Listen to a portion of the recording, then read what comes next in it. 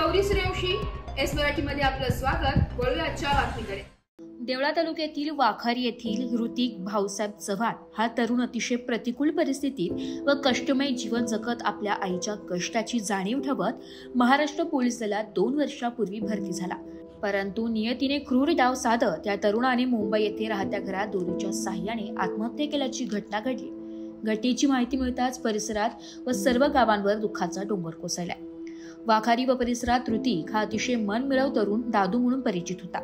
वडिलांच्या मृत्यूनंतर सदर तरुणाने व त्याच्या आईने प्रतिकूल परिस्थितीत मुलाला चांगले शिक्षण दिले व ऋतिकने आईच्या कष्टाची जाणीव ठेवत 2 वर्षांपूर्वी महाराष्ट्र पोलीस दलात भरती झाला।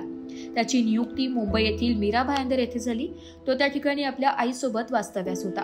परंतु आई ही रक्षाबंधनानिमित्त त्याच्या बहिणीकडे आली असता त्याने दिनांक 14 ऑगस्ट रोजी राहत्या घरात दोरीच्या साह्याने आत्महत्या केल्याची घटना घडली आहे। त्याने आत्महत्या का केली याचे कारण अद्याप समजले नसले तरी सदर तरुणाच्या मृत्यूची वार्ता समजता संपूर्ण गाव सुन्न झाले। यावेळी ऋतिकचे अंतिम संस्कार वाखारी येथे करण्यात आले। यावेळीचे दृश्य हृदय पिळून टाकणारे होते। एस मराठी न्यूज साठी प्रतिनिधी दादाजी हिरे, वाखारी। अशाच नवीन ताज्या घडामोडी जाणून घेण्यासाठी आमच्या एस मराठी न्यूज चॅनलला लाईक करा, शेअर करा, सबस्क्राइब करा आणि बेल आयकॉनला क्लिक करायला विसरू नका।